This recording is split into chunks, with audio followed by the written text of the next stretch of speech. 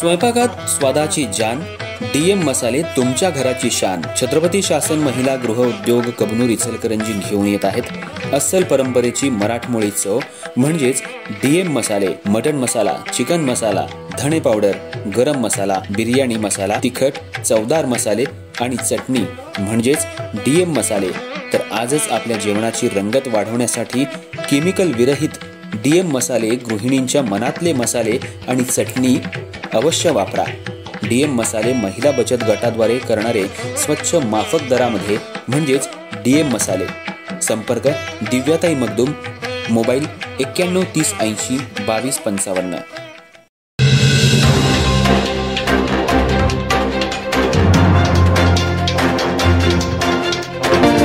नमस्कार, मी तेजस्विनी मगदूम. एम मराठीमध्ये आपल्या सर्वांचं स्वागत आहे. पाहूया ठळक घडामोडी.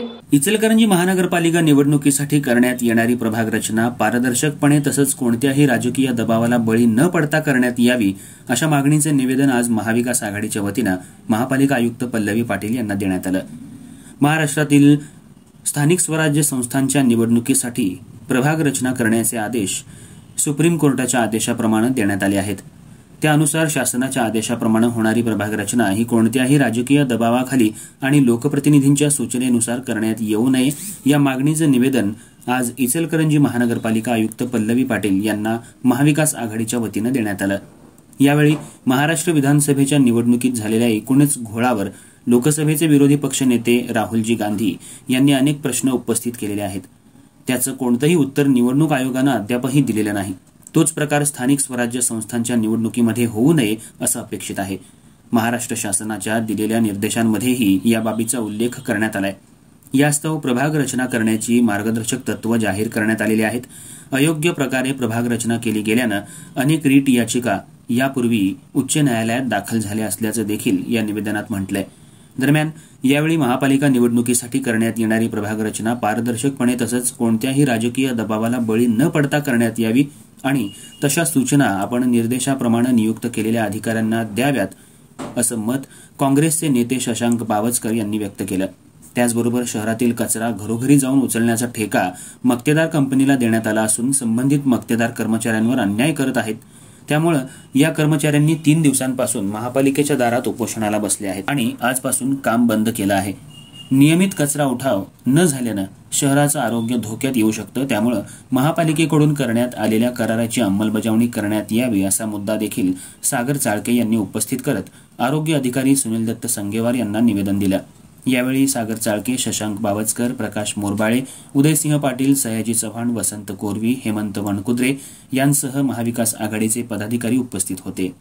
महाविकास आघाडी आणि त्याचबरोबर महाविकास आघाडीच्या बरोबर इचलकरंजी शहरामध्ये समविचारी पक्षाचे सर्व नेते मंडळींच्या वतीनं आज महापालिकेच्या प्रशासन तथा आयुक्त यांना इचलकरंजी शहरामध्ये निवडणुकीच्या संदर्भामध्ये जे प्रभाग रचनेचं काम ज्या काही 2-3 वर्षापासून सुप्रीम कोर्टात त्यानंतर हायकोर्ट त्यातनं पार पडून निवडणूक लागण्याच्या ज्या निवडणूक आयोगाच्या गाईडलाईन मिळालेल्या आहेत त्या निवडणूक आयोगाच्या गाईडलाईनप्रमाणे या इचलकरंजी शहराची प्रभाग रचना करण्यात यावी की जेणेकरून सत्ताधाऱ्यांच्या दबावाला बळी न पडता जे काही राज्य शासन आणि निवडणूक आयोग यांच्या वतीनं ज्या काही सूचना आणि मार्गदर्शन आलेल्या आहेत त्याप्रमाणे पारदर्शक आणि अत्यंत याद्या फोडत असताना सूक्ष्म पद्धतीनं त्याचं नियोजन करण्यात यावं. यासाठी सर्वजण आम्ही आयुक्तांना भेटलो.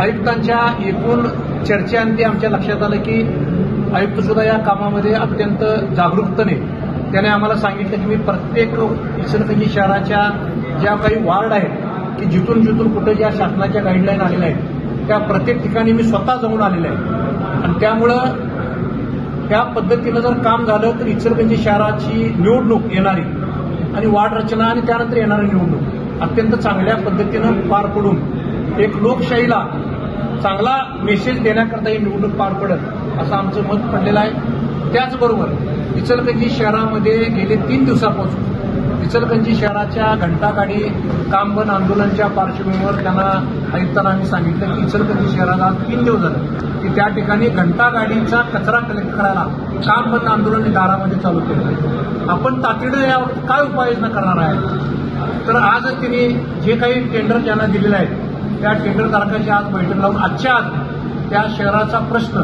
आरोग्याचा आम्ही मार्गी लावतो असं आम्हाला आश्वासन दिलं आहे. कारण का की शहराचं आरोग्य कचरा कलेक्ट उचलायचं जर थांबलं तर शहराचं आरोग्य बिघडणार आहे आणि आज 3रा दिवस आहे. त्यामुळे आयुक्तांना सांगितलं की आजच्या आज कोणत्याही परिस्थितीमध्ये ते आंदोलन मिटलं पाहिजे असं त्यांना आम्ही महाविकास आघाडीचे सर्व घटक पक्षाच्या वतीनं त्यांना निवेदन देऊन आम्ही आज आलेलो आहे.